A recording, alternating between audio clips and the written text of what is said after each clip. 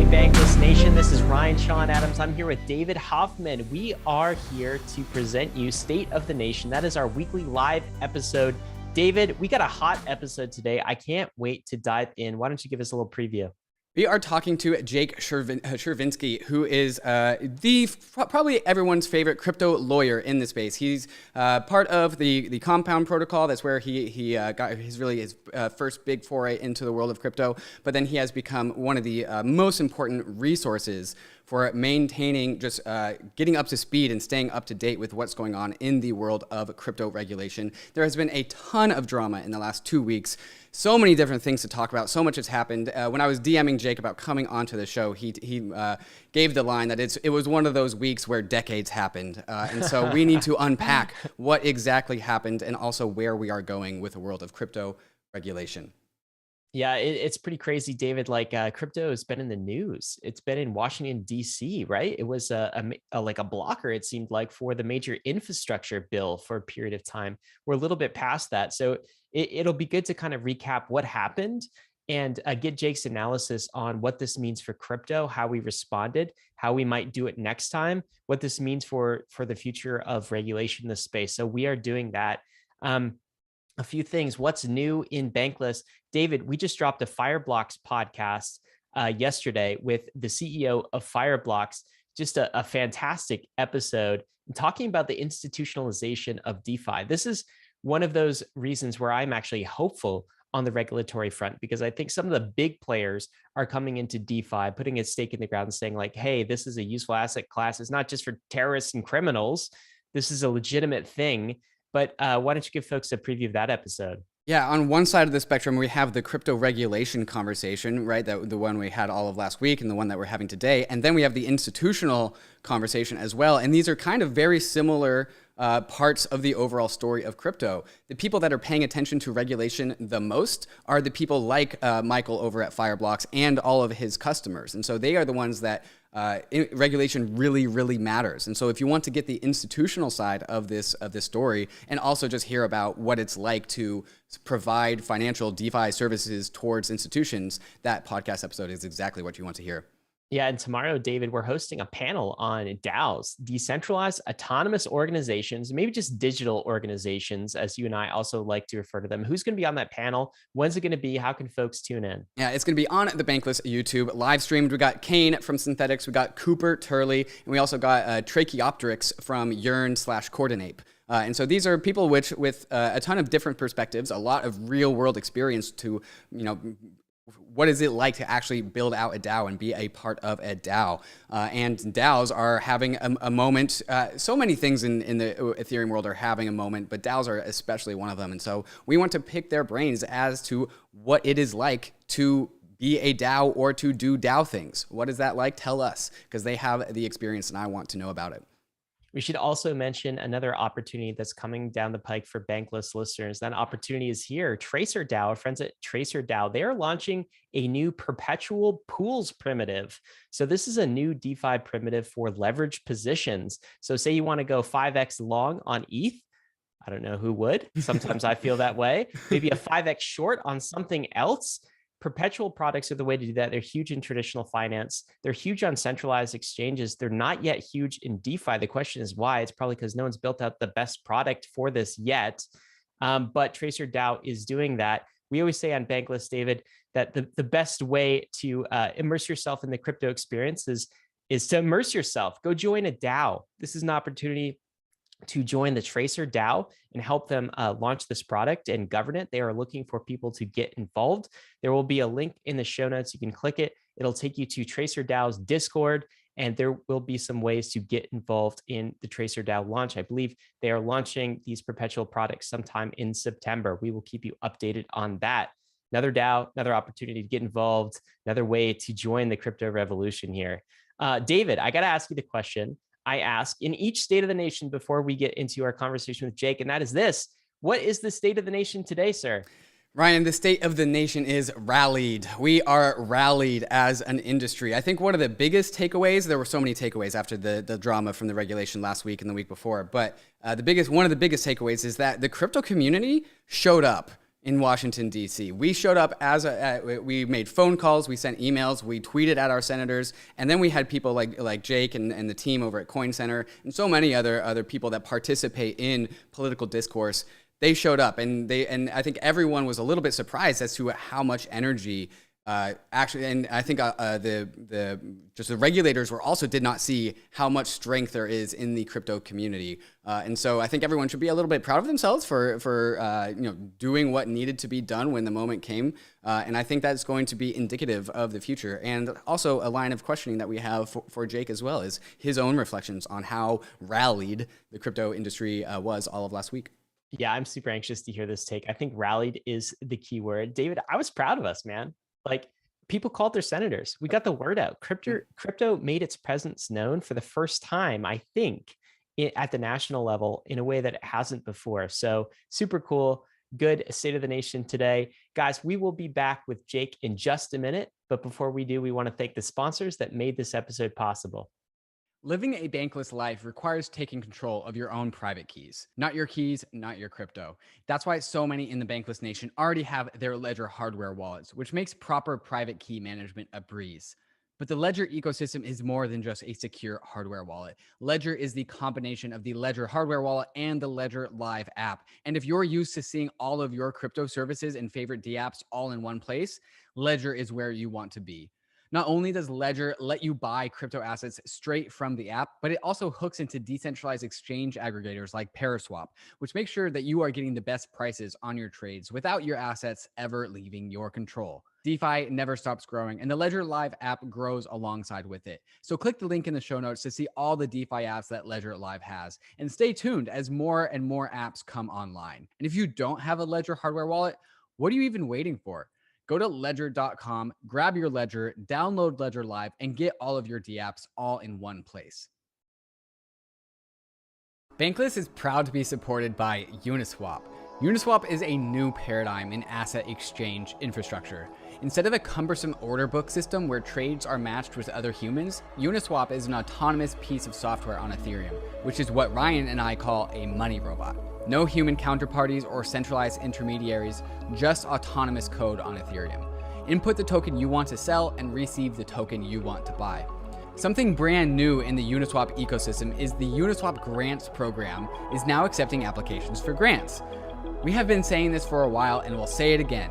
DAOs have money and they are in need of labor. If you think that you have something to contribute to the Uniswap DAO, apply for a grant to Uniswap. Just look at the size of the Uniswap treasury. It's almost $3 billion. This mountain of capital is looking for labor. Do you have something of value to contribute to the Uniswap DAO? No matter how big or small your idea is, you can apply for a uni grant at unigrants.org and help steer Uniswap in the direction that you think it should go. That's exactly what we did to get Uniswap to be a sponsor for Bankless, and you can do the same for your project. Thank you, Uniswap, for sponsoring Bankless. Guys, welcome back. We are so excited to present to you once again Jake Chervinsky, not his first time on the podcast. He is general counsel at Compound Finance. He's a strategic advisor to Variant Fund, DeFi chair at the Blockchain Association.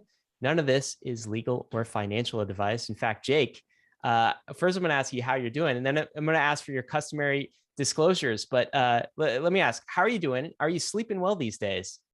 I'm doing great. It's great to be back with you guys. I am not sleeping as much as I'd like, but that's just part of the job, right? Crypto never sleeps. So no complaints about that. And thanks for getting my disclaimer started. I'm sure this will sound familiar to everyone. I am a lawyer, but I am not your lawyer. I don't represent anyone in the audience, so nothing I say here is intended as legal advice. Also, as you mentioned, I am general counsel for Compound Labs Incorporated, but I'm not here to speak on behalf of the company, just here to share my personal thoughts on all the craziness that's been going on in DC lately. Well, that's what we want, is your personal thoughts. And I'm going to start with this question before we get into the story of the infrastructure bill, but like, give us high level. Is crypto winning or are we losing in Washington these days? Wow. I would say both at the same time, if that's an acceptable answer. I think we're sort of fighting a war on multiple different fronts in DC, and we're winning some of those fronts. And I don't want to say losing, but I would say we're struggling a little bit more, or we're fighting more of a war of attrition on some of those fronts. I think just like a quick rundown there is, I think that in terms of our organization in DC, right, the strength and the coordination of our policy infrastructure, we're doing an unbelievably amazing job of that. We're building up really well. We're gaining more influence in DC. We're getting more effective. I think that's great. I think we are also getting through to a lot of elected officials. You hear a lot of these senators and other members of Congress saying really positive things about crypto and the promise of innovation that we haven't heard before. So I think we are breaking through. I think the problem is, especially in the executive branch, and most especially within the Treasury Department, we have a tough fight ahead of us. So I guess we're sort of winning and also struggling a little bit as well. Jake, I would like to ask, how did this thing come into your attention? Like all of a sudden, like people who like don't pay attention to like the legal and regulation side of things, we only know when something like this is relevant because people like you guys tell us. But how do you find out when something is relevant? And how did this story of the infrastructure bill come into your brain? Yeah, so usually with things like this, those of us who are working on policy get a heads up pretty far in advance of when something like this major legislation related to crypto, for example, is going to come out. And then we're sort of working behind the scenes to try to influence how that legislation will look before it becomes public, or, to try to, convince folks that they're either heading in the right direction or the wrong direction, et cetera. This was not one of those circumstances. We were all just as blindsided as everybody else, out there watching this in the public. We found out, and when I say we, what I mean is the Blockchain Association, which is the industry's premier trade association in DC, and that's the organization through which I do all of my policy work. We found out about the tax provision related to crypto in the infrastructure bill on a Friday, 9 days before the language was released in public. And it was sort of an especially shocking situation because BA had been working with members of Congress, including Senator Portman, who was the lead Republican negotiator on the infrastructure bill, for many months on what could be included in the infrastructure bill related to crypto. And when we finally saw the language expanding the definition of a broker, and we can get into all of that, we were totally blown away by this. So really, we had about a 1 week lead time on everyone else finding out about this behind the scenes. What's your explanation for why, Jake? Like 11th hour? I mean, it seems like it was almost snuck in. It seems malicious. It seems nefarious. There seems to be something shady going on. Is that one possible explanation? Are there other explanations?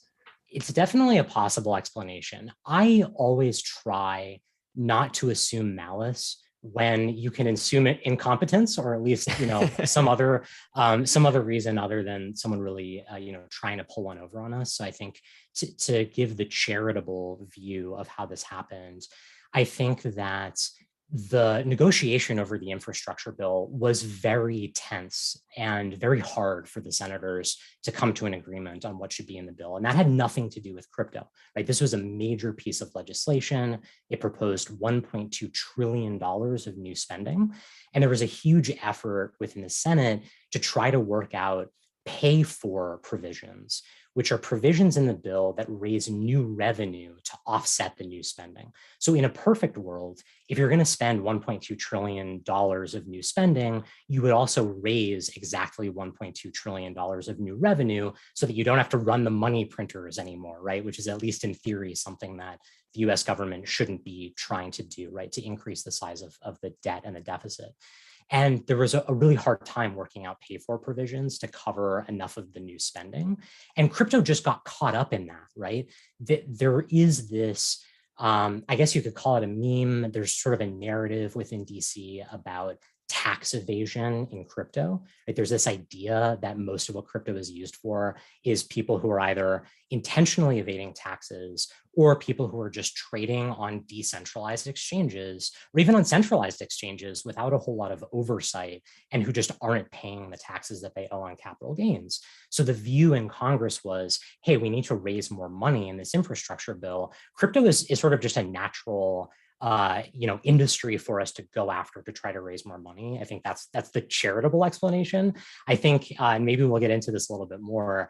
I think to put my tinfoil hat on for just a second, I think the other thing going on behind the scenes here is a push from the Treasury Department to achieve the goal that they tried to achieve in December and January with their proposed rule that Secretary Mnuchin was pushing. That was the last time I came on State of the Nation. I guess I only come on when there are crises in DC. Yeah, when there's bad stuff happening. Yeah, exactly. That's okay. I'm happy to play that role. But yeah, I mean, I think part of this was Treasury trying to expand its jurisdiction and also to expand its warrantless surveillance over a peer-to-peer financial system through the infrastructure bill, even though they had failed, at least so far, to do so in the proposed rule from Secretary Mnuchin 7 or 8 months ago. That second possibility, that it's not incompetence, that it's malice, that it's Treasury trying to push this in, is one we're going to explore a little bit later, and is particularly troubling. But could you talk about the language itself? Why was the language so troubling? What would it mean for the crypto industry? Just give people the TLDR. Yeah, so without reading you the very vague and very hard to understand language from the bill, the short version is the tax code imposes reporting requirements on types of US persons called brokers. And by person, that could be an individual or a company or an association of any kind. Brokers under the tax code have to prepare Form 1099s. Everyone should be familiar with this, right? If you have a securities brokerage, you get a 1099 from them at the end of every year or at the beginning of every year to help you understand what your capital gains or losses were, and therefore what taxes you owe to the IRS. And brokers also have to provide that same Form 1099 to the IRS, including all of the KYC, know your customer information, that we always talk about. That means the name of whoever was committing some transaction, and their address, their phone number, their social security number, right? All of these other pieces of personal identifying information. The infrastructure bill's tax provision would expand the definition of these brokers who have these reporting requirements to include basically every single actor in the crypto markets. The definition says anyone who is in the business of regularly providing a service that effectuates transfers of digital assets is a broker. So what that means is, in theory, miners might have to do Form 1099s for any user for whom they include a transaction in a block. Potentially liquidity providers in decentralized exchange protocols could be captured by this requirement and have to KYC all of the users of a DEX protocol, or DeFi interface providers, right, which includes most of the major DeFi developers, and also aggregators in theory could be captured by this. And then something we haven't even started to discuss publicly, I think, is how this impacts NFTs. You could imagine NFT marketplaces being captured by this. Even in theory, content creators themselves could be turned into brokers under the tax code. And of course, everyone who's listening to this probably understands there is fundamentally no way for these persons to comply with the IRS reporting requirements that are usually imposed on centralized custodial intermediaries. Those types of companies can do this type of reporting. They have direct legal relationships with their customers. They can ask for that type of KYC information. There is no way that a miner or a validator is going to get all of the KYC information for every person using a public blockchain. So that's hopefully a good sort of short explanation for what the issue was. Jake, I was joking about this on Twitter, but it's almost like the IRS wants you to tell them every time an Axie Infinity is mating. Do you know, like, that's how ridiculous this is, right? Like, yeah, these digital objects don't work the way this language thinks that they work. Right. And that's where, so you said, maybe it's Treasury being malicious. I think it's possible that it's still just Treasury being incompetent. I hope that, for Treasury folks listening to this, they don't take that personally. I don't mean it in an insulting way. I honestly do not think that they understand the scope of this language. Because I think you're exactly right. The definition in the bill for a digital asset is any digital representation of value recorded on a cryptographically secured distributed ledger, which means basically anything on a blockchain. And it's insane to imagine that the Treasury Department actually wants people to have to do, tax reporting for things like Axie. It just doesn't make any sense. Maybe a possible explanation, and I want to get your take on this one, is that it doesn't even matter if they understood how overreaching and how nonsensical these asks are. Maybe they just wanted to, like you said, extend their jurisdiction as far as possible. And then at some point in time, it'll get rolled back to what's reasonable. But you don't start with just asking the minimum amount. You start with asking the maximum amount, regardless of whether it makes sense or not. And then through negotiations and compromises, it gets rolled back to a more reasonable level. But you still got a lot of what you were looking for. How does that explanation land with you? That's spot on. It's a really good point. And the thing to remember here is what we're dealing with is an amendment to the tax code. But the amendment itself isn't all we will get before a law like this gets enforced. We will also, in all likelihood, have a rulemaking process from the IRS to further define who is actually captured by this new broker definition, right? If all you do is look at the broker definition, I think it is truly impossible to know who this applies to and who it doesn't. But just like we had that notice and comment period with FinCEN when they proposed rulemaking around the Bank Secrecy Act, so too will we likely have a notice and comment period and rulemaking from the IRS. And that, I think, is where we will actually work out who does the Treasury Department, right? The IRS is part of Treasury. Who do they think that this should or should not apply to? But their goal, at least in Congress, in drafting the legislation, is to secure as much authority as possible to make it as hard for us as possible to challenge them if they do decide to have a very broad interpretation of this rule, right? Think of it as a weapon in their arsenal that they can use down the road if they want to, but it's up to them, right? And the more authority they have, right, the more room they have to interpret this language broadly. Well, we inevitably always knew that this fight was coming. As many Bitcoiners will illustrate, the state always wants to grow and grow and grow. And at some point, we are going to come to a head with that. And the industry, as we all know, stepped up, and a lot of people started, after they identified how big this problem was, a lot of people started working on trying to get compromises in. So Jake, who would you say what groups started to form in order to fight this, if that's the right word to approach this? What coalitions, coordinated around various amendments? Who were the groups that really came to the head when we as an industry realized that there was something that we needed to tackle here?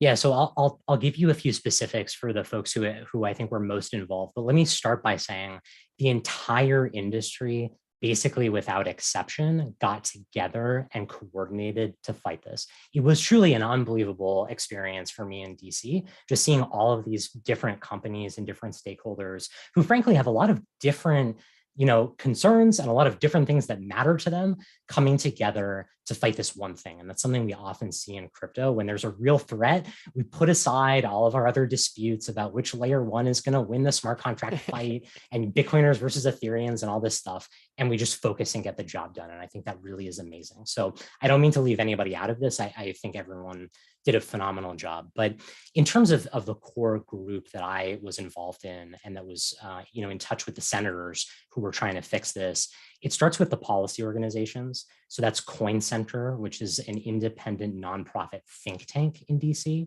and the Blockchain Association, like I said, the premier trade association for the industry in DC. Then there were also a bunch of the really large, well-established crypto companies in the US that have their own policy departments internally or have hired their own outside lobbyists.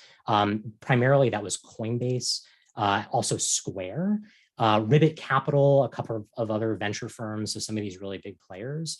We all sort of got together, at least once we realized that we were really going to have to fight this thing out. And once the language went public and we realized we weren't going to find a fix sort of through behind the scenes discussions, we sort of got together in a Signal chat and on many very long, sort of endless feeling video calls to try to work out some kind of solution to this.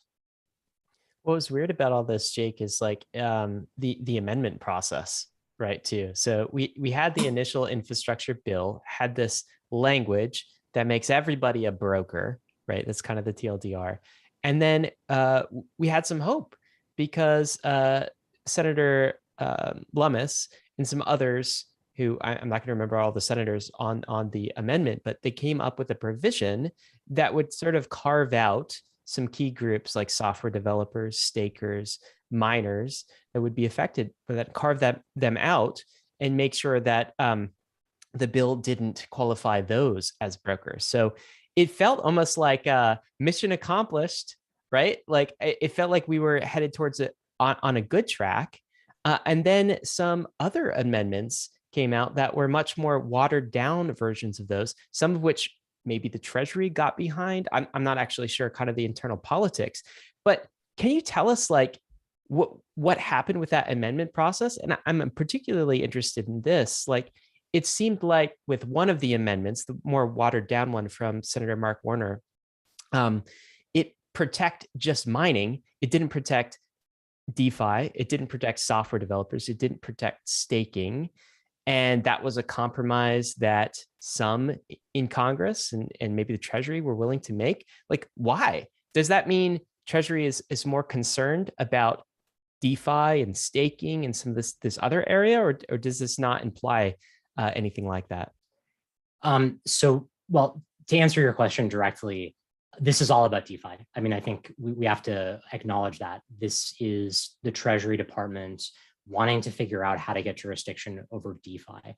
The thing about Bitcoin alone, and this is why all of us are interested in DeFi in the first place, right, is if you are trading Bitcoin, you're doing it through a centralized exchange. The centralized exchange is already subject to the Treasury Department's jurisdiction.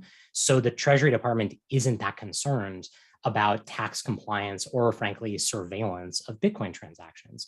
DeFi is totally different. The Treasury Department wants to know if you're buying and selling assets on Uniswap or SushiSwap, right, or some other decentralized exchange, who is responsible for reporting those transactions and those capital gains to the IRS? And how can they figure out who the people are who are transacting through those systems? That really is what this is about. But let me step back and give you sort of the short version of how the amendment process went from start to finish.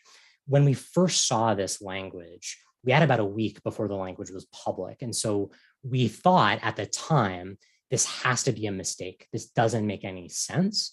We just have to explain to the senators why they have gotten this wrong. We found out very quickly that it wasn't just the senators misunderstanding it, right? That the Treasury Department had played an important role in drafting the language, and also that any revision we proposed was going back to the Treasury Department for their approval or rejection. Wow. So at first we started by saying, let's just remove this provision. This is a huge mistake. We need to actually talk about how to solve this problem, not attach a very meaningful, impactful provision to must pass legislation with only 2 weeks to actually discuss it. That was a non-starter, again, because the purpose of the provision, at least in theory, was to raise new revenue to offset spending. And the provision had been scored as raising $28 billion in new tax revenue, right, in unpaid crypto taxes. No idea how they got that number, no idea how they even possibly could, but setting that aside, the story was, there's no way we're removing this, we need the money in the bill. We then tried to advocate for a different version that would only capture those centralized exchanges and custodians that had customers that are already doing KYC, that frankly have already agreed they should be doing this reporting and have no problem with it. They just want guidance as to how to do it properly. And again, we were told the Treasury Department was not okay with that solution. And the reason we were given was they weren't sure that it would adequately capture DeFi. So that's why we couldn't get the language changed to only capture the centralized exchanges.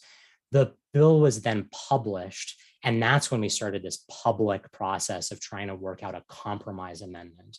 We were very lucky to have Senators Wyden, Lummis, and Toomey, a bipartisan group, get together to propose language that carved out exemptions for some of these crypto market participants that just fundamentally cannot comply with the requirements. That included miners. And the way the original amendment read said, the language should not be interpreted as applying to any person solely engaged in the business of validating distributed ledger transactions, right? That would cover miners of any kind, whether it's proof of work or proof of stake or proof of authority or some other consensus mechanism that we've never thought of before.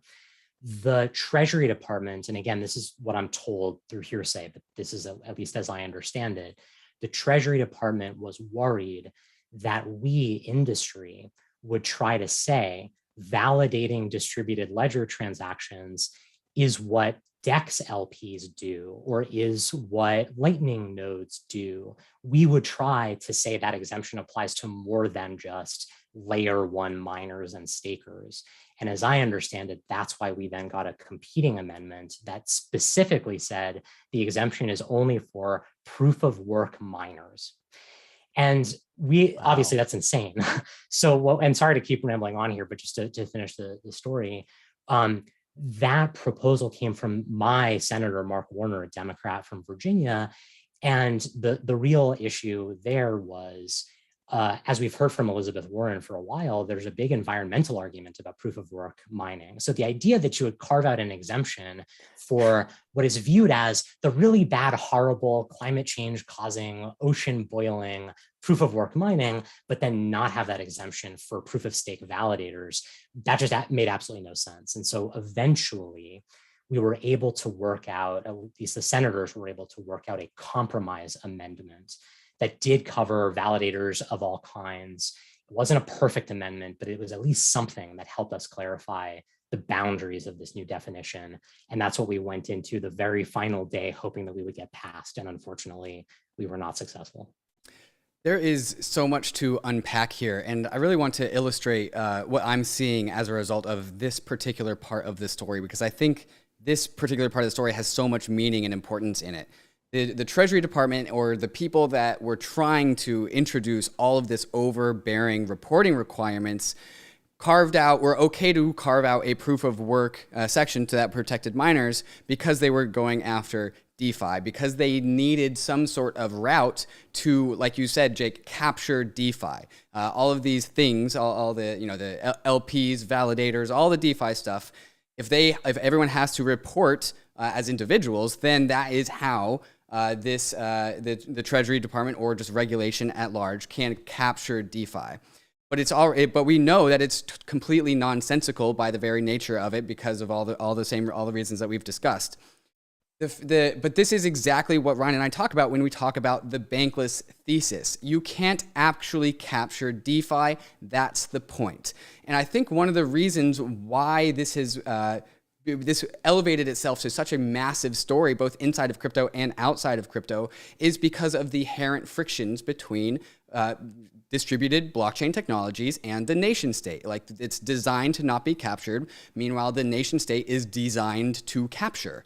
And I think one of the reasons why this story is so big is because this is the first big moment that these two things finally came to a head in the Senate, and will probably likely do that into the future. And to me, I actually feel a little bit validated by what happened here, because it's explicitly validating of the Bankless thesis, is that you need a distributed proof of stake smart contracting platform in order to, quote unquote, live a bankless life. Those are my takeaways from this part of the story. How do you feel about that? I think you're right on track. I mean, I do think there is, at least in terms of how traditional regulation has been done, there's a deep conflict between how DeFi operates and what the government expects from a traditional financial institution, right? And I think this tax issue is a really perfect encapsulation of that. Typically, the way the IRS figures out what taxes it is owed is by deputizing intermediaries in the financial system to report to them who owes what. And that just doesn't work in a financial system, the purpose of which is to remove intermediaries from peer-to-peer or peer-to-protocol transactions.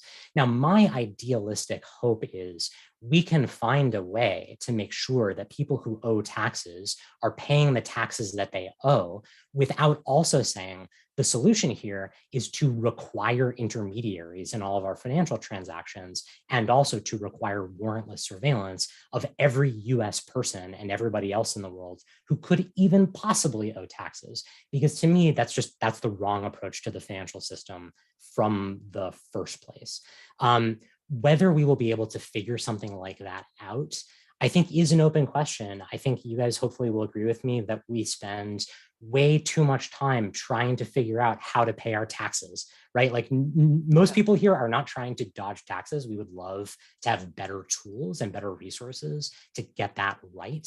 It's just a question of, is government going to try to fit the square peg of DeFi into the round hole of an intermediated regulatory regime? Or are we going to have the freedom to innovate and figure out a better way to make this work?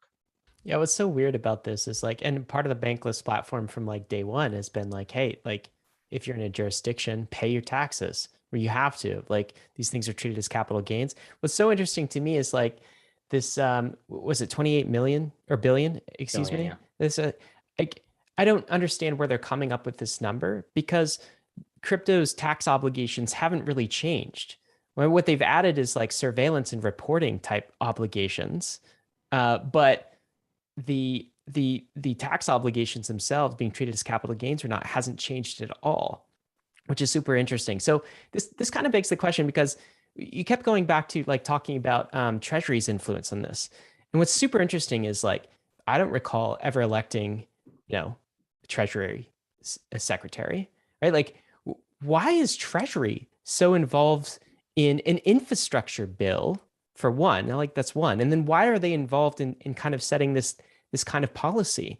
So can we have a conversation about like, who do you feel is out to get us in this bill? And by us, I mean the DeFi movement, the Bankless movement, the crypto movement, and why? What are their motivations, Jake?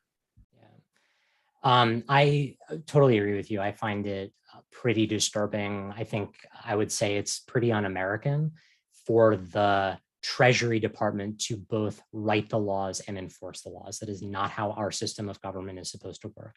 It is Congress's job to write the laws, and it's Treasury's job to enforce the laws. I think it is totally fair to say that Congress can consult with an agency that has expertise about how the law will be enforced. But the idea that secretly behind the scenes, it isn't the senators we're negotiating with or trying to explain these issues to, it's some unknown bureaucrat buried in the Treasury Department. To me, it's a deeply troubling situation to be in. In terms of who is it, I actually don't know. And again, that's part of the problem, right? There are folks over there who are having an outsized influence on the legislative process who are unknown to us in industry and also unknown to the public. And the idea is, if we are being properly represented in DC, we should be able to hold our elected officials accountable for the decisions that they make. That's very hard to do when these decisions are coming from unknown sources within the executive branch. I think, though, just to like give you my best answer to the question, I think it's the same people who we've been having this conversation / debate with for a long time, which is folks within the Terrorism and Financial Intelligence Division. It's folks within FinCEN and within OFAC, the Office of Foreign Assets Control, and the Financial Crimes Enforcement Network. And I think it's people who are working with the FATF on new anti-money laundering regulations. I don't know that for sure. There could be folks in the IRS who are involved in this as well. To me, it's just, we should know who these folks are and what they think and be able to actually talk to them about it rather than having this process play out the way that it has. What are your best guesses on what they want? Like specifically, what do they want? So I guess two things. One is, it's really hard to say they. Even though I've been saying it already for the last half an hour, there are a lot of different people within government with a lot of different interests. And that's true even within Treasury. And a great example of that is the former acting director of FinCEN, Michael Mosier, who was one of the greatest supporters of crypto innovation within Treasury. And you would imagine FinCEN as being sort of the ultimate enemy of crypto, because FinCEN's goal is to surveil everything, and crypto is a financial system that is hard to surveil. That's not true, because there have been folks even before him, Director Blanco, and before him, Director Calvary. There have been a lot of people at FinCEN who have actually been very constructive on the industry. So it's really hard just to say they and have any real sense of what you're talking about. But I think in terms of like, who are the stakeholders who have an interest in this, I think there are a few. I think there are the people who genuinely just want people to pay their taxes. And that is hard to disagree with, right? People should pay their taxes. And it's okay for the government to carry out efforts to figure out who is and who is not paying their taxes. Then there are folks who want more surveillance over DeFi in general because they think that DeFi is an illicit finance risk, right? This is the anti-money laundering piece of this. Maybe it's not really about taxes. It's just about knowing who is using this system so that the government can surveil their transactions and figure out if they're doing something that the government doesn't like. And then I think the furthest and maybe most problematic view that is held by some, but hopefully not many, is crypto is just bad, right? A financial system with no intermediaries is simply worse than the financial system that we have. And really what should be done is we should use distributed ledgers only in the enterprise blockchain sense, where you create permissioned pools and all the same laws apply in exactly the same way they always have in the legacy system, because why would we do this any differently? We should have financial exclusion as the presumption and only let people get access to financial services if they can prove who they are and that they're not a bad guy. And that really this law is just leverage to try to accomplish that ultimate goal of basically destroying everything that we're building. And again, like I'm putting my tinfoil hat on, assuming that that is the policy position of the United States government. I do not actually think that it is, but there are some folks who I believe would prefer to see a world of only permissioned pools and nothing that looks like the DeFi that we're excited about here. Jake, the last time we had you on, it was right after the FinCEN proposed rule, which was kind of the same energy as this whole debacle with the tax bill, same sort of like reporting requirements or same sort of attempted capture of the industry by regulators, right? And we speculated at that time that, well, it makes sense that Steve Mnuchin, who we suspected was really leading this effort, well, he's like friends with a bunch of bankers, and there's a lot of people in that particular industry which would love for these regulations to come in and really disrupt our industry. There's definitely a side of the world that could have been lobbying for this regulation and against our industry.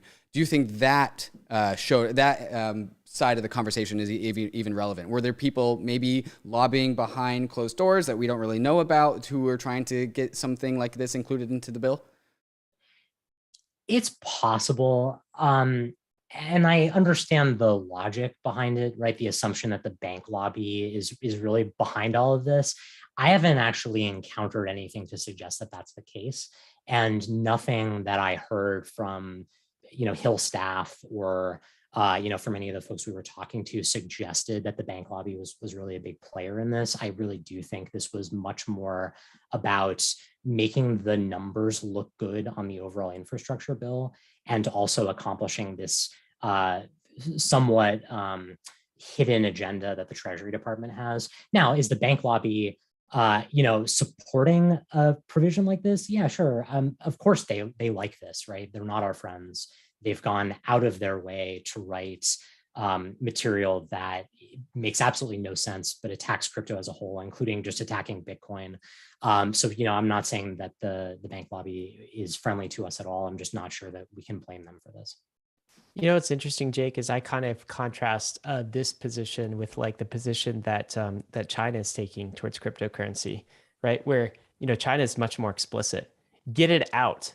We don't like the Chinese government does not want free money cryptocurrency in their economy at all. They don't even want mining to occur within their borders, right? What's really interesting is we had Richard Turn on the podcast who wrote a book called Cashless about the Chinese central bank digital currency, is rather than stick with a status quo, shitty banking system that they had, analog paper garbage, they actually allowed their big tech to come in and eat that industry and essentially become the new fintech, the new banking, which is an interesting approach, right? It's like very explicit, like China doesn't want crypto inside of its borders, the government at least. And but it is digitizing its system through a centrally controlled apparatus, partially through big tech, and then eventually their own central bank digital currency. Feels to me like the US is like, if they're against crypto, they're picking the worst of all worlds, because they're just propping up the status quo banking system that is terrible in the United States. Like our banking system compared to crypto, like writing checks versus sending USDC, it's absolutely insane. Like the difference between those two. And so it feels like this, I don't know, half-ass authoritarianism where we're like not even doing that well. We're just like keeping the status quo. We're not going full China on the thing and digitizing the system and making it centralized, but actually making it good and centralized.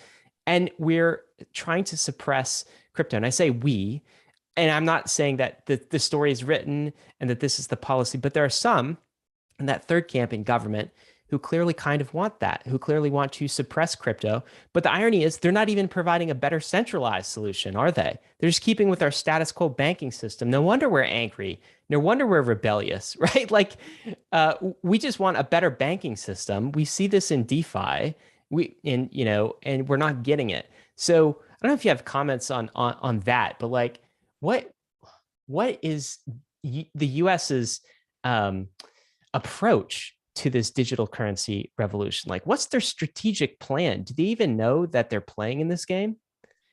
I do not think they know, and I do not think that there is a strategic plan.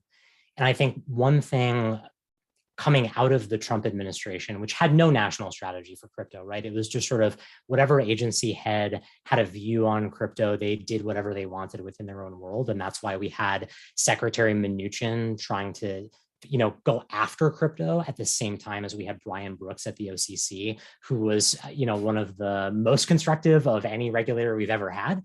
And I think coming into the Biden administration, there was a lot of hope that the administration would have its acts together and come up with a holistic national strategy about how digital assets would fit into the future of the financial system as supported by the United States of America. And we have not seen that yet. And unfortunately, because the administration, and I'm not blaming them at all, right? The administration has tons of other things to deal with. But I think what's happened in the void of a clear message from President Biden and his team on how the agencies should approach this issue, the void has been filled by other loud voices, like the voice of Senator Warren. So, this all kind of started a few months ago when she really decided to take on the mantle of hostility against crypto, right? She really decided, I think very affirmatively, that her view on crypto was she was going to be an antagonist and she was going to push negative narratives, even where I think those narratives are not true or not based in fact. And I think what's happening now is because she is a very influential member of the Senate, a lot of what we hear, even from folks like Gary Gensler, I think this goes far outside of just the scope of the infrastructure bill. What we hear is language that follows what she is saying because she's the one who's setting the tone from the top. And I think that your reference to what's happening in China is so astute because this is the conversation we need to have with the administration. And it's not an anti-money laundering question or a tax compliance question. It's a national security question, and it's a geopolitical foreign policy question, right? Where are we positioning ourselves when we have one of our greatest foreign adversaries, China, trying to take over the world through the global financial system, right? And they have a very clear path that they're trying to sort of push their own interests through in the digital yuan that they're trying to spread around the globe. We need to have a policy to address that concern. And I think that is really where we're going to make progress in DC, is talking to those folks who understand the more important US interests at stake, more so than, is there someone who traded on Uniswap who we can't identify, who sold Matic at a 10x and isn't paying their taxes, right? I think that's the conversation we have to start having. Jake, I want to get your perspective as to how center stage all this drama was. When we're inside of the crypto world, we kind of think that we're the center of the universe, right? And ultimately, everyone's coming to crypto no matter what. But from the outside of the crypto world, maybe this was just like a blip on just the overall story of Congress, because this is what they do. They debate about things and then they move on.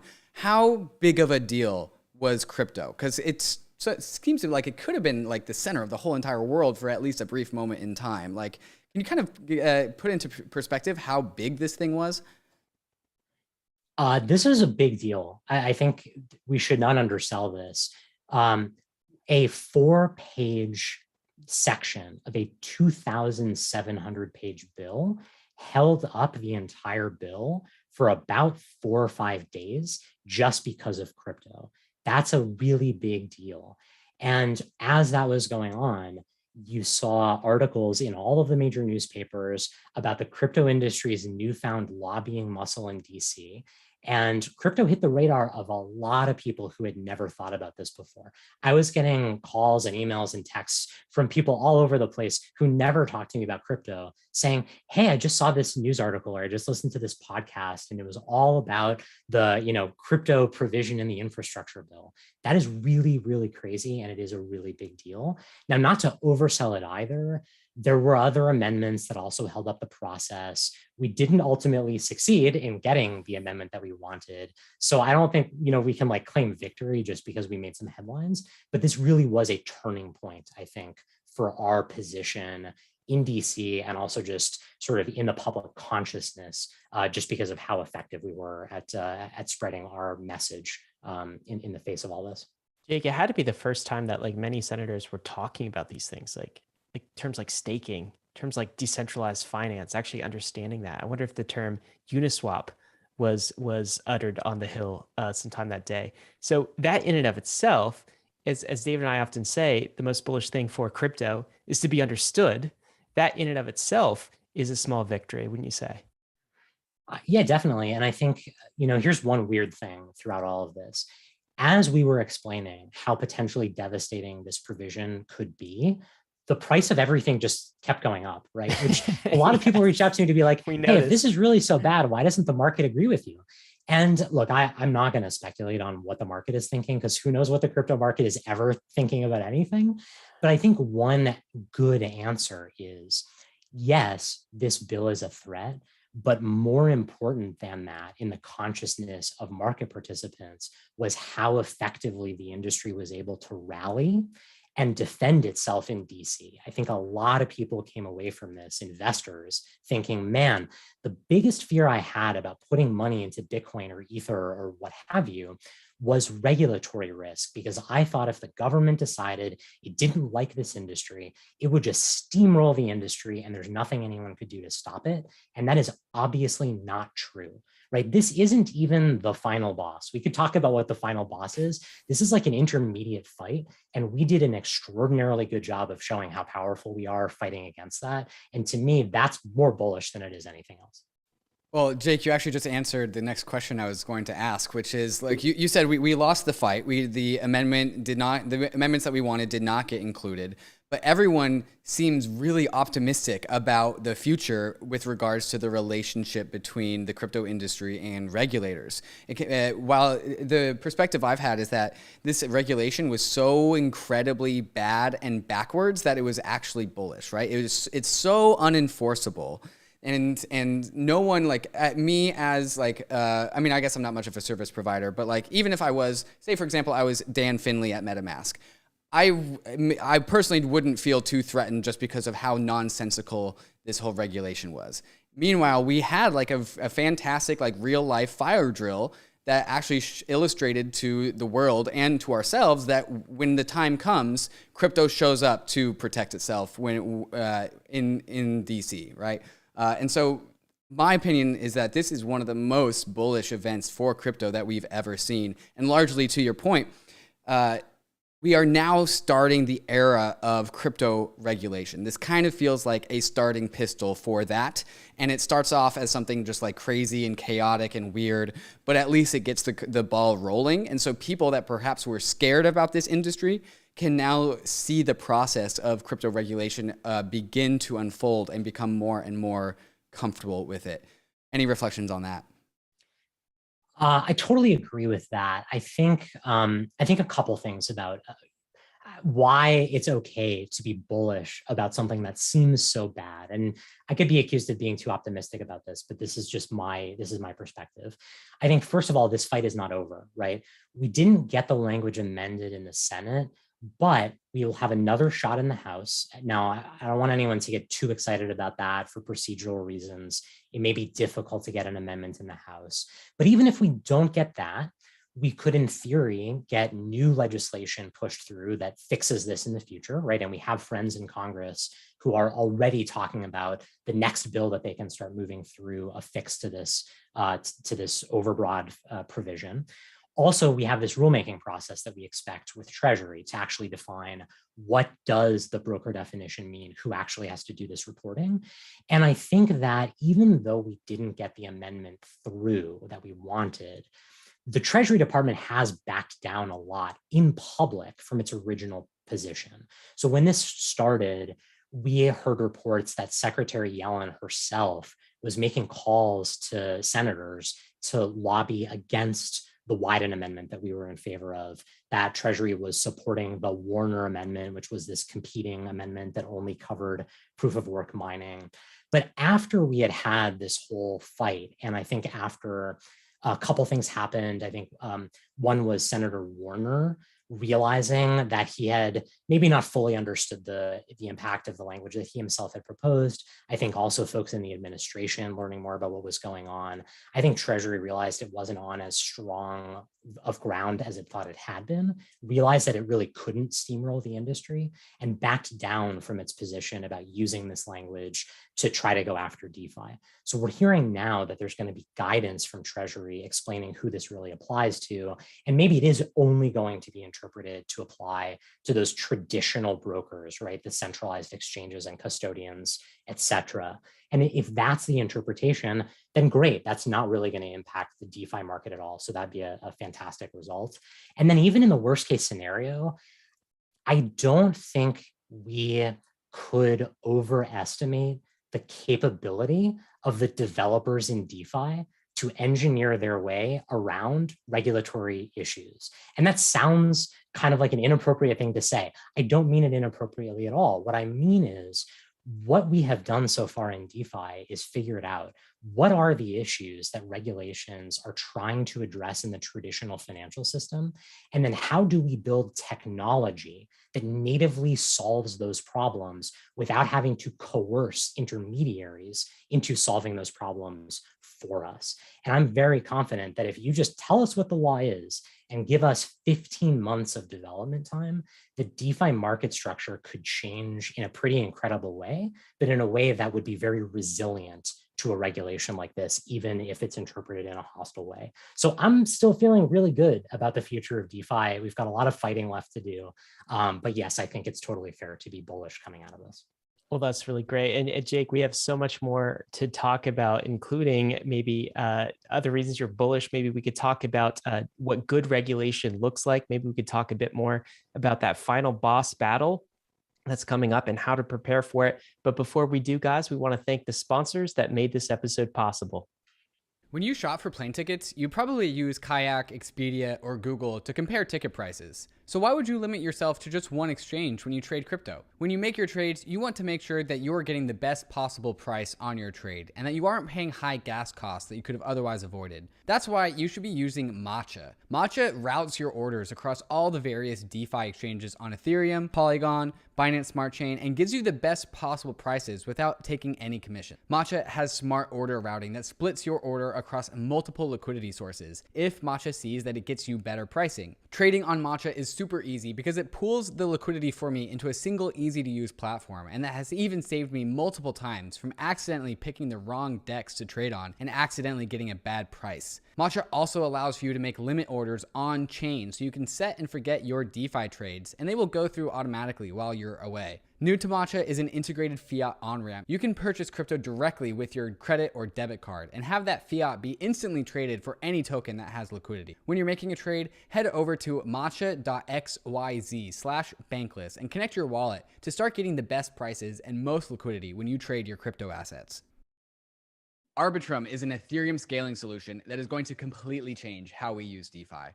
If you've been using Ethereum for the past 12 months, you've probably noticed the high gas fees and the slow confirmation times that have been plaguing DeFi.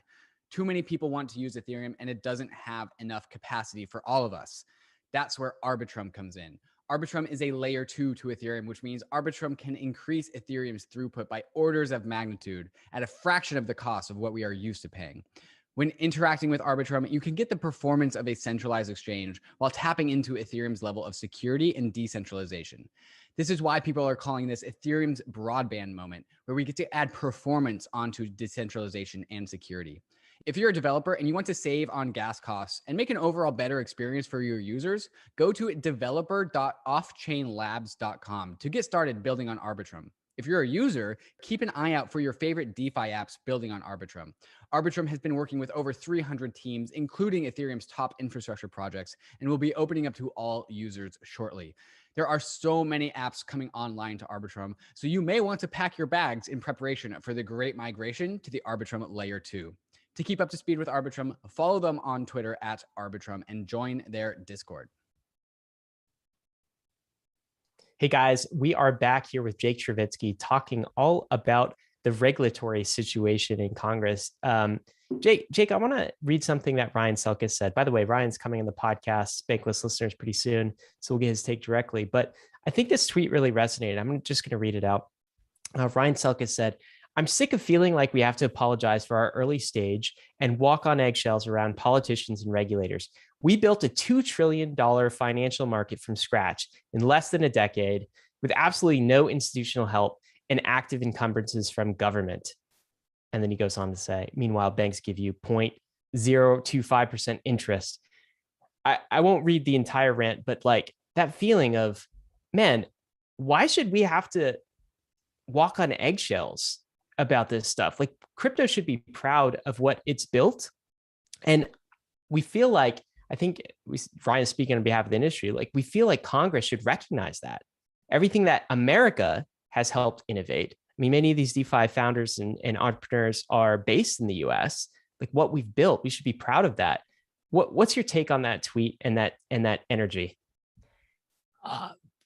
Well, I agree, and it resonates with me too. And I think Ryan is really onto something here. So let me tell you first my thoughts about the tweet, and then the context of like what Ryan is doing right now, which I think is exciting and worth talking about. It is very frustrating to feel like we have to apologize for everything that's happened in crypto. And I think there's sort of two ways that I personally experience this. One is the view of crypto, and this, look, it's understandable for people who are not in this day to day. The view of crypto is more of Dogecoin than it is of DeFi, right? Most of the perception of what's going on in crypto is just speculative trading of meme coins and people who are going to get, wrecked putting money into illiquid JPEGs, just like they do putting money into call options on GameStop at the top of Wall Street Bets powered rally. So I think a lot of what we have to do does feel like apologizing for what the industry has accomplished, even though the focus is on sort of the less important or the less exciting innovation, right? And more on sort of the messy trading of what's going on. And that is frustrating. The other part of it is we often get asked questions about the promises that we discuss that DeFi could have for the world, right? We talk about financial inclusion. We talk about everyone having access to the same quality of financial services, no matter where they are and what their background is, and all of these other major benefits of innovation. And what we get asked is, well, why isn't this happening yet? Why aren't there 6 billion people across the world using these systems? Why do you keep talking about financial inclusion? Where is the evidence for it? And it just feels like talking about the internet in the 1980s. And I don't mean in the 1990s, right? We always have this conversation about, oh, is it 1992 in cryptocurrency or is it 1999 in cryptocurrency? I think we're so much earlier than that even. It took the internet decades to develop, whereas Bitcoin has existed for 13 years. Ethereum's been around for 6. DeFi has existed for 3 or 4. It's just so early, and it's very frustrating to have to apologize for the fact that we haven't already recreated the entire global financial system on DeFi rails. So I think that is very frustrating. The thing about what Ryan is up to, aside from the message, is Ryan is talking a lot now about having a new type of association or organization in DC that looks a lot more like the National Rifle Association, the NRA. And say what you want about the NRA. We shouldn't get into like Second Amendment issues now. But the point is, the NRA is one of, if not the most effective lobbying organizations in the country, just because of the passion of its members. It is an individual membership organization, right? Individual Americans pay whatever it is, $40 a year to get a card saying they are a card-carrying member of the NRA. And there are millions of them. And when something happens that threatens the rights of gun owners, those members of the NRA are extraordinarily passionate and effective in mobilizing their grassroots and having an impact in DC. What Ryan is talking about doing is creating something similar for crypto. I think it is probably true that there is no other industry aside from folks who are really excited about firearms, who are as passionate as we are about, the technology that we are engaged in and that we want to use and that we want to have the freedom to use. So I think his idea is a really good one. And I think if you're following him now, a lot of what he's doing is just testing messages for that type of organization. And I'm pretty excited for what will come out of that. Yeah, I just want to interject with one criticism that I've heard in mainstream. It's like, well, if crypto was this big decentralized system that you guys always talk about, not needing sort of the nation state's blessing, how come you are obsessed with the nation state's blessing? How come you're going to Capitol Hill and saying like, please save crypto?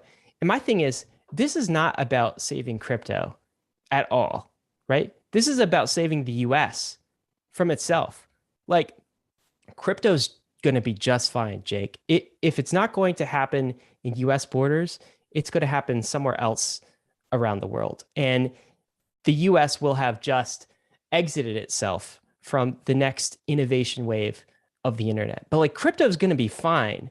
This is really a fight for the US. Can the US support innovation in the future? Can it support the freedom that cryptocurrency brings and the self-sovereignty? What would you say to that? As the saying goes, you can't take crypto out of your country, but you can take your country out of crypto. And that, I think, I've never heard that. It's amazing. Well, there you go. I think it's, it's a little bit, you're going to see a Ryan Adams tweet later about this.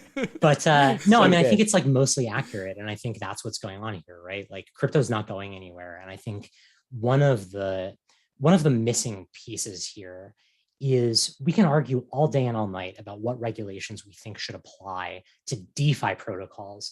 And if a governance system should vote to create some new type of tax reporting, sort of like at the protocol level, or if there's some other kind of solution or what have you, there will always be a fork of that DeFi protocol that does not have whatever that compliance measure is. Period. End of story.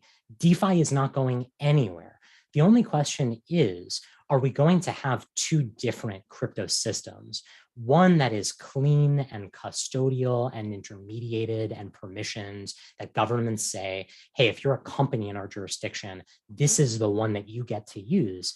And then a separate Wild West version where all the terrorists and criminals are. This is at least like in the minds of government. This is how I sort of think they view this. Or are we going to treat DeFi the way that we treat the internet, which is, this is a really big open playground where the interesting development happens, right? It's in the open source world. It's in the vibrant ecosystem where anybody in their basement can build new software and deploy it to the world and have it, be tested live. Is that the world that we're going to have like we do with the internet? And hopefully that's where we'll end up. And I do think you're absolutely right to say the real impact here is not on crypto, it's on the United States interests as they relate to crypto. Jake, I'm in total agreement with you about what you said about the massive amounts of potential people that there are that might just be a single issue voter for crypto for the rest of their lives. And there's a reason why we address the Bankless community as the Bankless Nation. That's more or less who we're talking about. There's so many people who have dedicated their lives to this whole entire revolution. Me and Ryan, as two examples, you as well. And we have too much at stake, both our money and our savings and our jobs, to care about anything else. I mean, I'll only speak for myself at that point, but to care about anything else that really ends up on like the Congress floor. And it's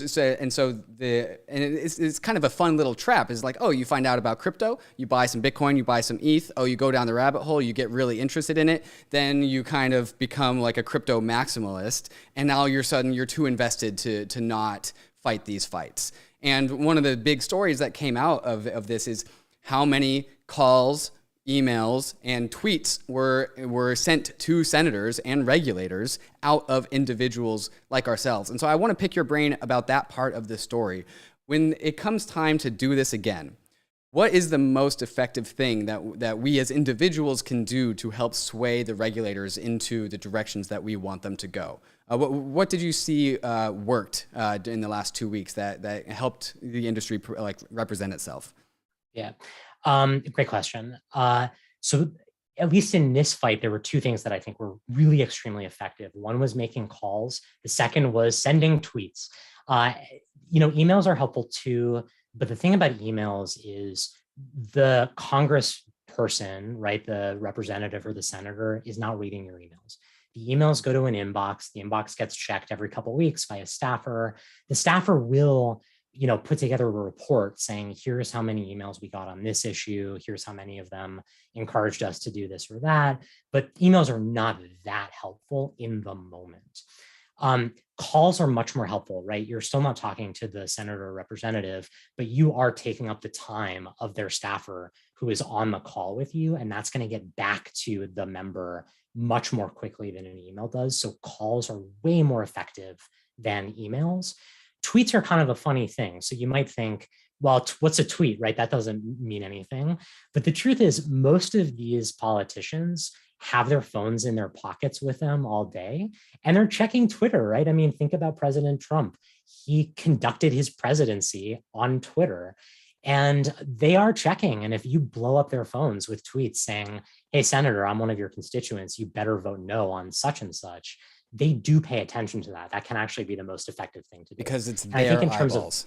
Yeah, exactly. And getting their attention. And I think in terms of how do we influence them, there's a bunch of things we need to do. But first and foremost, they just need to know that we are here and that we care and that there are a lot of us and that we are very, very loud. And that I think is something we did extremely effectively over the last few weeks. Jake Chervinsky asking us to rally on Twitter. Can do, sir. Oh, absolutely. They're every day. It's funny. They say they've called Twitter sort of the digital town square, right? And it kind of is. If you can reach a politician that way, that's fantastic. I thought you would tell us that tweets would be the least effective because members of Congress never check Twitter. But I guess all of that has changed in the Trump era, hasn't it? It does. It has changed a lot. And the other thing is even more effective than just tweeting at them is if they tweet something that is positive, get them some engagement, right? They are human beings. They like the dopamine hit just as much as the rest of us. And one of the coolest things was I looked back when Senator Toomey tweeted something positive about, he said the language in the infrastructure bill is unworkable. I'm going to propose an amendment to fix it. He got more engagement on that tweet within a few hours than any other tweet he had put out in 2021. And that's him with his phone tweeting, right? I'm guessing that, but I'm pretty sure that's not just some staffer who has access to his Twitter account. That kind of stuff really, really matters. So I thank both of you guys and everyone else out there who is, contributing to that effort to show the senators how much we care. You definitely have our support there. Can I ask you a broader question about building coalitions in DC? So how, maybe we'll use sort of a case study, right? So how can we get senators and members of Congress on our side?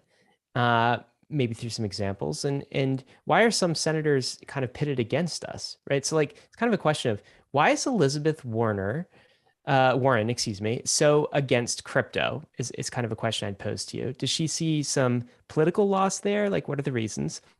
And then juxtapose that with why someone like Senator Lummis is so pro crypto. Can we repeat that story in other cases? What are the wins for Senator Lummis in being pro crypto? So big question. Let me tell you what I think about Senators Warren and Lummis first, and then about sort of how we can move the ball forward in DC. I think for all elected officials, you have to consider both what they are saying and then what they really think, right? What their actual incentives are. And those are not always the same. In fact, I would say often they diverge.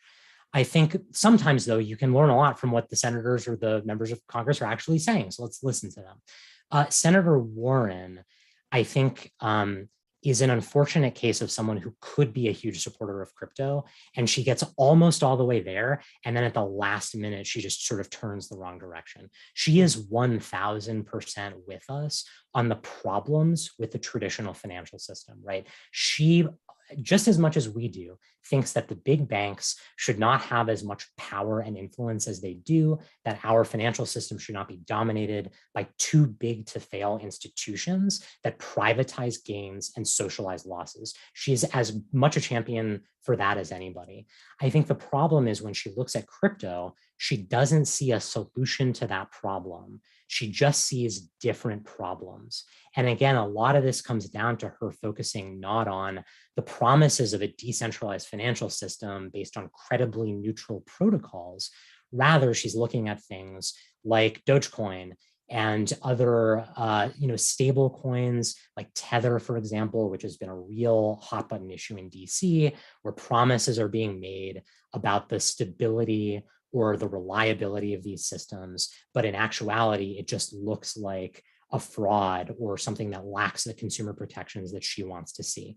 So someone like Senator Warren, I think, is looking at the banking problem and saying, the solution is not to get rid of banks. The solution is to do a better job of regulating banks and to make banks stop being so bad through regulation. And that's why we see things like the Stable Act, which says we're okay with stable coins. It's just only chartered banks should be able to issue them. So that's, I think, what we see on that side.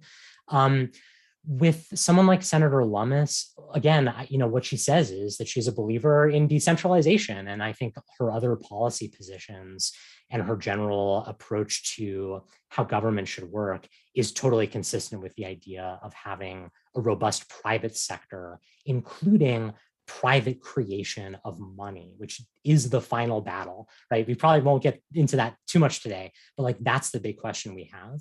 Is it okay for private actors to create money?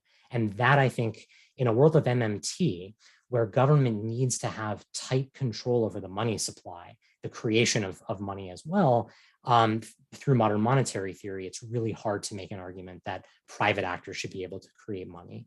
I think the last thing to say about this is, how do we influence folks like Senator Warren or others who haven't decided really to take a position on crypto yet, like Senator Warner, who came in with this problematic amendment in the middle of this battle, and then I think realized, wait, I'm getting way too deep into a controversial issue that I'm not really up to speed on yet. Let me step back and figure out what's going on here. I think there's a couple things. One is we just need better arguments, and we need to marshal the evidence more effectively so that we can have anecdotes of cases where this technology is genuinely helping real people in the world in a way that they could not have without crypto. And there are these anecdotes, we talk about them all the time. We just haven't done a really good job of stringing them together into a coherent narrative. And because we failed to do that, it's much more easy for the, boiling the oceans narrative or the money laundering narrative or things like that to take hold. So we just have to do a better job of articulating our position. The other thing is, we need to show candidates for office that if they are there for us, we will be there for them. This is like lobbying 101. We need to show financial support for candidates who support pro-crypto policy. And in the coming year, in 2022, we're going to have a real opportunity in the primaries, right, where senators and representatives are trying to win their primaries so that they can go to the general election. We're going to have a massive opportunity to go into those primaries and say, you will get funding from these very motivated, very passionate supporters of the crypto industry. Very capitalized supporters. Exactly.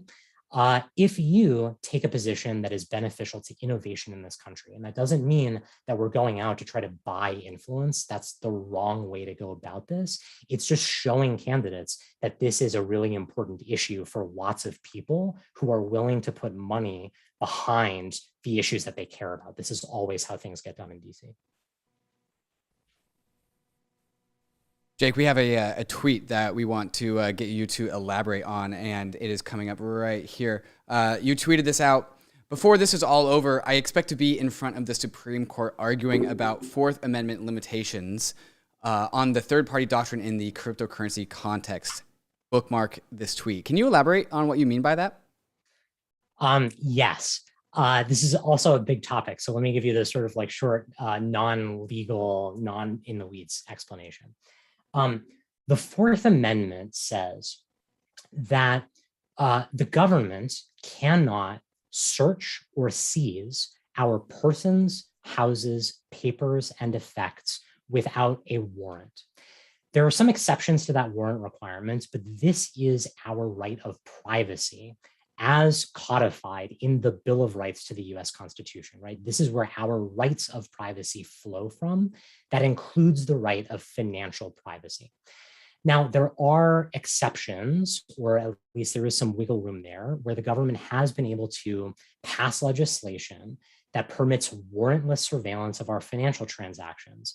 But that is not an unlimited right of the government, right? We have the Bank Secrecy Act, which was passed in the 1970s. It was challenged at that time as a violation of our Fourth Amendment right of privacy. The Supreme Court held by a small margin that the Bank Secrecy Act did not violate the Fourth Amendment, even though it constituted warrantless surveillance of our financial transactions. But the court left open arguments that there are circumstances where financial surveillance could be so broad or so egregious that it would violate the Fourth Amendment.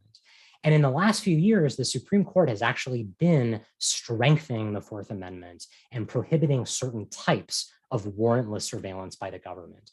A really good example of this was just 3 years ago in a Supreme Court case called Carpenter v. United States. And just to give you the quick summary there, what the government was doing at the time was collecting data from cell site towers that showed where people were moving because their cell phones would ping the towers. And the government said, based on the same theory that upholds the Bank Secrecy Act, which is the third party doctrine, because people are willfully or knowingly sharing their location with these third parties, the cell tower operators, there is no privacy interest in that information. So the government can look through cell site records showing where you are moving at all times without having to get a warrant. The Supreme Court said no. That type of search of cell site tower data is unconstitutional because even though people are sharing that information with a third party, the location where a person is at all times is so important. It is such a fundamental element of our privacy that it is unacceptable for the government to surveil our movement at all times by searching these cell site tower records.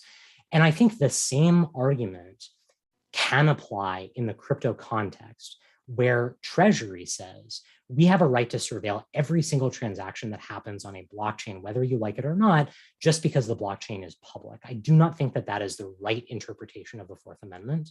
So I think if we end up in a fight where Treasury says it is impermissible for United States citizens to transact financially unless we know who they are and who they are paying and how much they are paying, I would say that is a violation of the Fourth Amendment, and the Supreme Court would agree with me. So I hope that I don't end up in front of the Supreme Court having this argument, but I fear, at least when we look at the trend of increasing warrantless surveillance and the trend of Treasury trying to expand its jurisdiction into peer-to-peer financial systems, that is an argument that we are ultimately going to have. And it's one that I'm very ready and very excited to take on if we have to.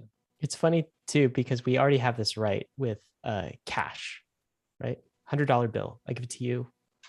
No one knows about it. Not surveilled. No one knows about it. And yet this is kind of an erosion as we enter the digital world. Yeah, that's exactly right. And there are other circumstances where courts have protected the right to have anonymous transactions. So for example, Supreme Court recently ruled on a case in California that had to do with anonymous donations to charitable organizations. California had passed a law saying it is unacceptable to take in anonymous donations. And the Supreme Court said that rule violates the Constitution. We have a right, a fundamental right guaranteed by the Bill of Rights to make anonymous donations for charitable purposes. And I think the same argument as you're making for cash and that the Supreme Court made for anonymous charitable contributions applies to all kinds of other financial transactions, given that they truly strike at the heart of who we are as people, right? You can never get more information about who someone is, what they believe, what matters to them, than by surveilling their transactions, right? So that I think is something that we need to protect. The Bankless thesis and overall the crypto thesis at large is that these financial tools, these Ethereum and DeFi, become so ubiquitous that it won't become esoteric. It will become the norm. And just like how you were talking about cell phone towers back when cell phones were really becoming a thing in the 70s, 80s, 90s. No one can really ever opt out of cell phones anymore. Like, you can't really operate in society without a cell phone. And we kind of believe that that same thing is going to become true with Ethereum and DeFi and all the other crypto tools that we have at our disposal. First, it's in a corner of the internet, kind of only for the people that like to tinker and experiment and who live on the frontier. But as this ecosystem gets built out, the tools will be so useful and so powerful that operating a life without using DeFi is just going to become absolutely impossible. And so, Jake, what you're saying is that in order to maintain our level of privacy that we've always been able to have previously throughout history as protected by the Bill of Rights, you think that you might actually end up in the Supreme Court fighting that fight. That seems like the fight, the fundamental fight that is where the relationship between these crypto networks and the nation state come to a head at. Would you agree with that perspective? Yes, I think it's one of two, right? One is our right to transact with each other freely without government intervention. The other is, as I said, our right to create money privately without being a nation state. And I think those are the two major challenges. And frankly, I expect that eventually the Supreme Court will have to rule on both of them. So the second one is a whole different conversation having to do with the gold clause cases from the FDR era. But let's save that for the next time I'm on for that crisis. And then we can get into the next that. crisis. Got to save some content for later. Exactly. Well, Jake, thank you so much for joining us. It's very clear that this is going to be a long, drawn-out battle. The Bankless Nation is here behind you. We appreciate the work that you are doing in DC and the work in just getting the word out there and educating us on what the issues are as we sort of educate the masses too. I'm curious your take on this, because earlier in the show you mentioned that this infrastructure bill issue through Treasury is not even the final boss. It's just like an intermediate fight, right? So like a mini boss or something for the level. What is the final boss, and what do you think the next few decades will look like with respect to crypto and government and that relationship? Right. So there are two major issues that I think ultimately governments will have with crypto. One is illicit finance risk, right? Are bad guys using these systems to achieve bad ends that they could not achieve in the traditional financial system? This is the money laundering and terrorist financing question. That is the issue that brings us to this issue of financial surveillance over peer-to-peer transactions. The second major concern is monetary sovereignty. Do governments maintain their control over fiat currencies? Does the dollar remain the global reserve currency? Can the US government implement modern monetary theory, which requires maintaining tight control over the money supply? Or is there a way for private sector participants to create private money? That is the second, and I think real final boss. We see this right now in debates about stable coins, right? The Bitcoiners love to say, the IMF and the World Bank and all these other folks are really terrified that Bitcoin is going to destroy the financial system. That's not true. They don't think that. They're not worried about that. The Fed's not worried about Bitcoin. I'm sorry to tell you. Maybe they should be. And maybe we wish that they were, but that's not the case. What they're worried about is US dollar instruments created by private parties that they don't control. They view stablecoins kind of like they view euro dollar markets, which are a really big issue that frankly is way too complicated for a non-economist like me to fully understand. But that's their issue with stablecoins. They do not like the idea of DAI, a decentralized stablecoin that can be created by any person anywhere without government permission. So that, I think, is really the final boss, because ultimately the US government's control over the financial system flows from its control over the dollar. And if they lose control over the dollar, that means real problems. So that, I think, is a much bigger fight that we're going to have ultimately about what kinds of assets can private market participants create and interact with without the government being responsible for it or being able to censor or stop it. Jake, this has been great. We always send these episodes sometimes with the kind of action items. So what can people listening do at home to partake in this fight? So I think a few things depending on who you are. First of all, just stay tuned, right? Thank you to everyone who has made it through listening all of this. Just being more informed is so important. There will be opportunities where it is critical for folks to get engaged and make those phone calls or send those tweets or like and retweet something that an elected official has put out. Just stay tuned and please be tapped in. Follow me on Twitter. I will always try to sort of like mobilize the grassroots through my own Twitter account. Keep following, you guys at Bankless so that you know when those moments come. Otherwise, get involved in the political process if you want to, right? If this is something that you want to do. Not everyone wants to, and I think it's important to recognize a lot of people come to crypto explicitly because they do not want to ask their government for permission to build some system or to have access to some asset. They literally are here to build systems that do not require permission. So if this isn't your thing, that's okay. The rest of us will take up this fight.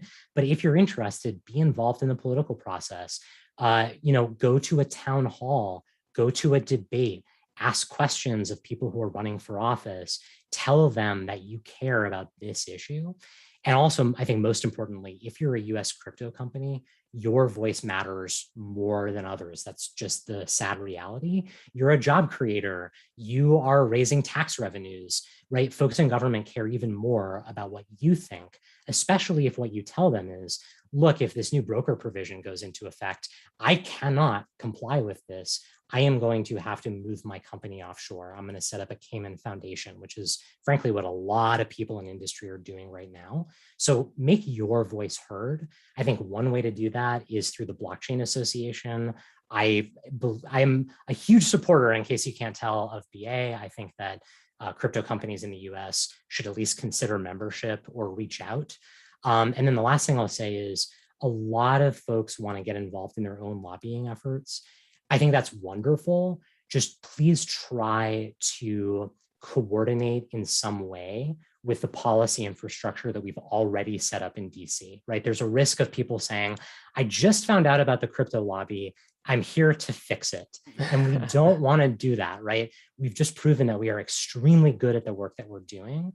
We have a really good strategy. What we need is support and resources. So I also think committing resources and supporting the efforts that are already going on in DC is the way to do this. We didn't talk today about the DeFi education funds, but efforts like that, where DAOs can get involved in advocacy, I think there's a lot of room for creativity and innovation there too. So I guess that's a whole lot of different action items, and maybe too much for folks to tackle all at once. But stay tuned. There will be a lot more to come about how we can raise our voices and make sure that we are heard loud and clear here in DC. There's definitely a lot of work to do, but I know the crypto community is up to the task. And one reason I know this is because we are building social coordination technology, in fact, financial social coordination technology. So we can use our own tools to help solve some of these problems. And I think last 2 weeks demonstrated that when the crypto community rallies, it can actually affect a big change in DC. Jake Chervinsky, thank you so much for joining us on Bankless. Excuse me. Thank you for leading the cause here. We appreciate all of your work, and thanks for joining us. It's always a pleasure talking to you guys. Thanks for having me back. Guys, risks and disclaimers. Crypto is risky. ETH is risky. DeFi is risky. Who knows when the next nation state might propose some bad legislation for this space, but we are not stopping. We are headed west. This is the frontier. It's not for everyone, but we're glad you're with us on the Bankless journey. Thanks a lot. Hey, we hope you enjoyed the video. If you did, head over to Bankless HQ right now to develop your crypto investing skills and learn how to free yourself from banks and gain your financial independence. We recommend joining our daily newsletter, podcast, and community as a Bankless Premium subscriber to get the most out of your Bankless experience. You'll get access to our market analysis, our alpha leaks, and exclusive content, and even the Bankless token for airdrops, raffles, and unlocks. If you're interested in crypto, the Bankless community is where you want to be. Click the link in the description to become a Bankless Premium subscriber today. Also, don't forget to subscribe to the channel for in-depth interviews with industry leaders, Ask Me Anythings, and weekly roll-ups where we summarize the week in crypto and other fantastic content. Thanks everyone for watching and being on the journey as we build out the Bankless Nation.